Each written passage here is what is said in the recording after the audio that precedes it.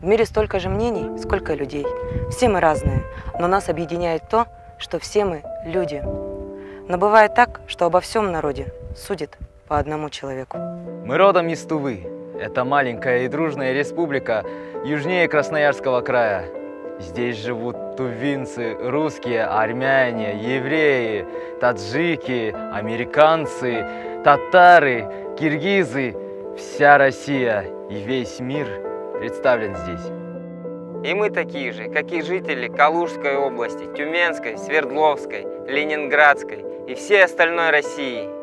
Я тоже смотрю сериалы по выходным и ем пиццу. Я тоже еду в сервис, когда у меня барахлит движок. Я тоже заставляю себя бегать по утрам, хотя мне так лень.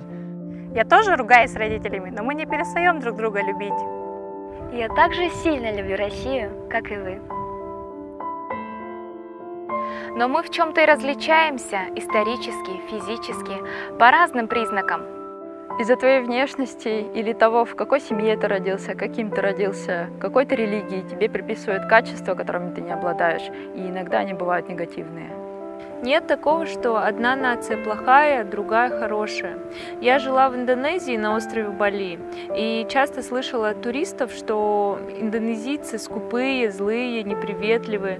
Хотя знаю по своим друзьям-индонезийцам, что это очень дружелюбный и приветливый народ, который всегда готов прийти на помощь. Это обидно, когда люди мыслят стереотипами. Также думают и о Туве. В моей семье есть особенный человек. Мой брат – инвалид первой группы. Он не может ходить, не может говорить и не может жить в этом мире без чьей-то помощи. Так произошло из-за ошибки врачей. Мне больно, когда люди задают вопрос: не боишься ли ты, что у тебя родятся больные дети?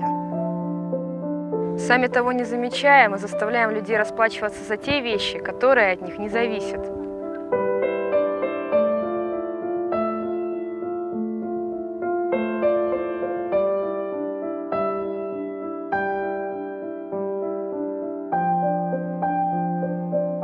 Каждый из нас уникален, но мы едины в том, что хотим жить в мире, чтобы наши близкие были счастливы.